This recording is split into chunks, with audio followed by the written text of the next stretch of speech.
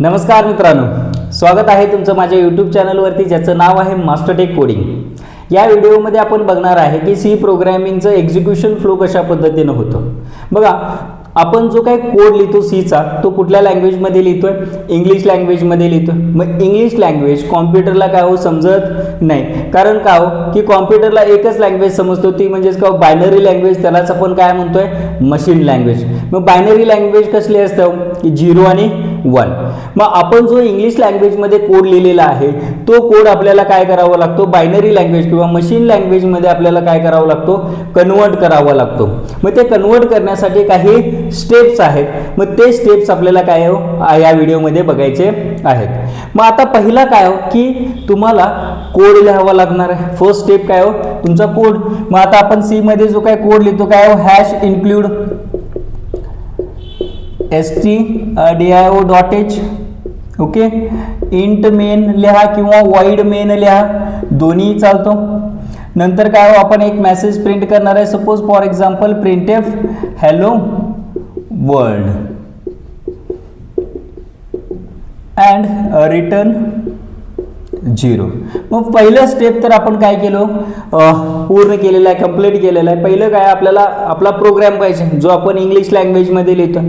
मग आता हा जो कोड आहे तो कोड आपल्याला काय करायचा आहे? पहिल्यांदा सेव्ह करायचा आहे। मग आता ज्यावेळी तुम्ही सेव्ह करताय, आता सेव्ह कशा पद्धतीनं करताय की .c या एक्सटेन्शननं सेव्ह करताय। फर्स्ट स्टेप काय करायचं? आपल्याला सेव्ह करायचं आहे। मग सेव्ह करत असताना त्या प्रोग्रामचं नाव आणि .c या एक्सटेन्शन आपण काय करतो? हा जो फाईल आहे किंवा हा जो प्रोग्राम आहे तो प्रोग्राम काय करतोय? सेव्ह करतो। मग ज्यावेळी तुम्ही .c या एक्सटेन्शननं फाईल सेव्ह करताय, एक फाईल जनरेट होत्या, त्या फाईलचं नाव आहे काय? त्याला आपण काय म्हणतोय? सोर्स फाईल म्हणतो। आता ह्याच्यामध्ये आपला जो हा असा कोड जो आहे तो कोड इथे येतो, hash include int main, okay. मग ह्या पद्धतीनं मग ज्यावेळी तुम्ही .c या एक्सटेन्शननं काय करताय? फाईल सेव्ह करताय, त्यावेळी एक फाईल जनरेट होते, त्या फाईलला आपण काय म्हणतोय? Source file. काय म्हणतो आपण? Source file, okay. हा झाला सेकंड स्टेप, म्हणजे तुमचा काय एक सोर्स फाईल काय झालेला आहे? जनरेट झालेला आहे। मग आता ह्याचा जो आहे आपल्याला काय करायचं आहे? बायनरी लँग्वेज मशीन लँग्वेजमध्ये काय करायचं आहे? कन्वर्ट करायचं आहे। मग नेक्स्ट जो असतोय तो म्हणजेच काय हो की प्री प्रोसेसर। नेक्स्ट जो स्टेप आहे तो काय हो? Pre processor. Pre processor. आता प्री प्रोसेसर हा काय हो? एक सॉफ्टवेअर आहे।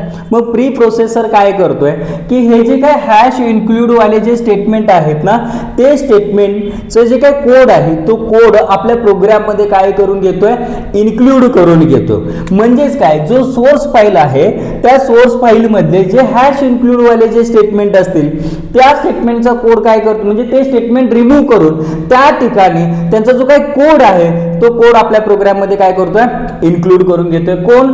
Pre processor, okay. Pre processor हा काय हो? सॉफ्टवेअर आहे। मग आता ज्यावेळी प्री प्रोसेसर काय करते? मग जो हॅश इन्क्लूडचा जो काही कोड आहे तो कोड रिमूव्ह करतोय आणि त्या ठिकाणी त्यांचा जो काही कोड आहे तो कोड काय करतो? राईट करतोय।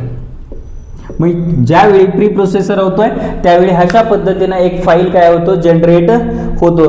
त्या फाईलचं एक्सटेन्शन असतोय सपोज .i हा एक्सटेन्शन आहे, ओके।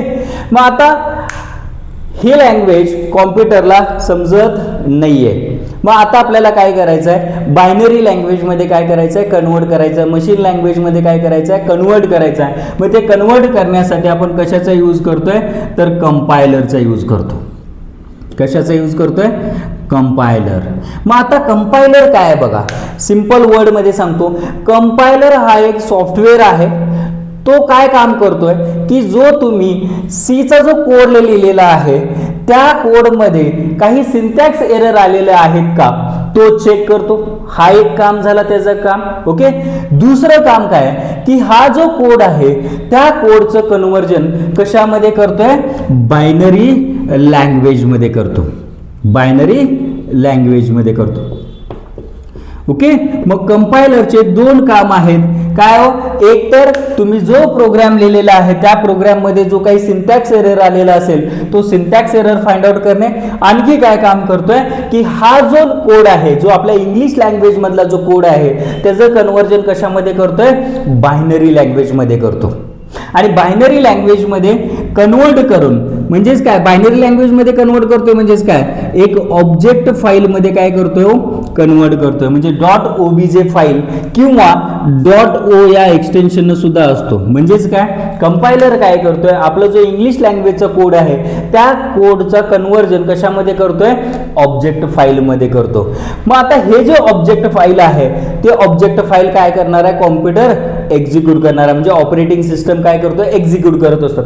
मग आता हा जो कोड आहे, हा जो फाईल आता जनरेट झालेला आहे, हे फाईल काय करतोय, ऑपरेटिंग सिस्टम काय करत जातोय, रीड करत असतो.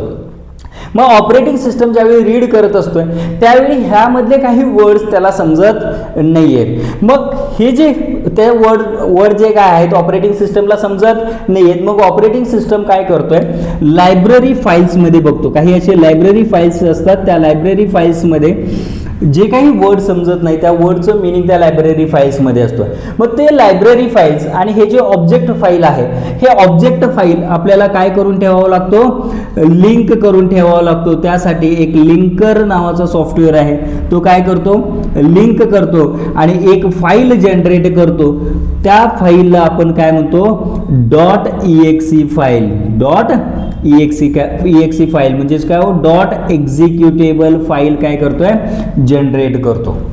मग हा जो कोड आहे, हा जो फाईल आहे, हा फाईल काय करतो, आपण रन करतो आणि रन केल्यावरती तुम्हाला काय दिसतोय, आउटपुट दिसतोय. मग आउटपुट मध्ये काय लिहिलेलं असणार आहे तुमचा, हॅलो वर्ल्ड.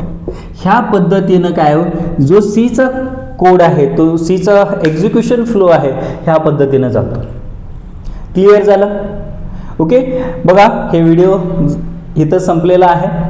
व्हिडिओ जर तुम्हाला आवडत असतील तर लाईक करा, शेअर करा, सबस्क्राईब करा आणि कमेंट करा की तुम्हाला पुढचा व्हिडिओ कुठला पाहिजे, कुठल्या टॉपिकवरती पाहिजे, त्यावरती मी वर्क करेन. Okay, thank you.